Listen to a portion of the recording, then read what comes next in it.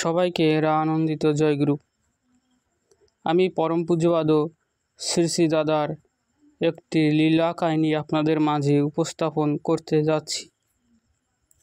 কাহিনীটি হলো, একজন দাদা শোকাহত হয়ে শ্রী শ্রী দাদার শ্রীচরণে নিবেদন করলেন, দুই ভাই ক্যান্সারে মারা গেছে, ডাক্তার বলেছে আমারও সম্ভাবনা। শ্রী শ্রী দাদা ব্যথিত হলেন, সানুকম্পী হৃদয় ব্যক্ত করলেন, একটা উপায় বলে দিতে পারি। ঘরে পাতা দইয়ে 5-6টা তুলসী পাতা দিয়ে রোজ ভাতের পাতে খাবে, 3 পালি রোজ খাবে, কোনো রকম আমিষ গ্রহণ করবে না, ধূমপান বা কোনো নেশা করবে না, ইষ্টবিধি শাস্ত্রাদি কাটায় কাটায় পরিপালন করবে, পরম পিতার কাজে মগ্ন থাকবে, এগুলো মেনে চলতে হবে।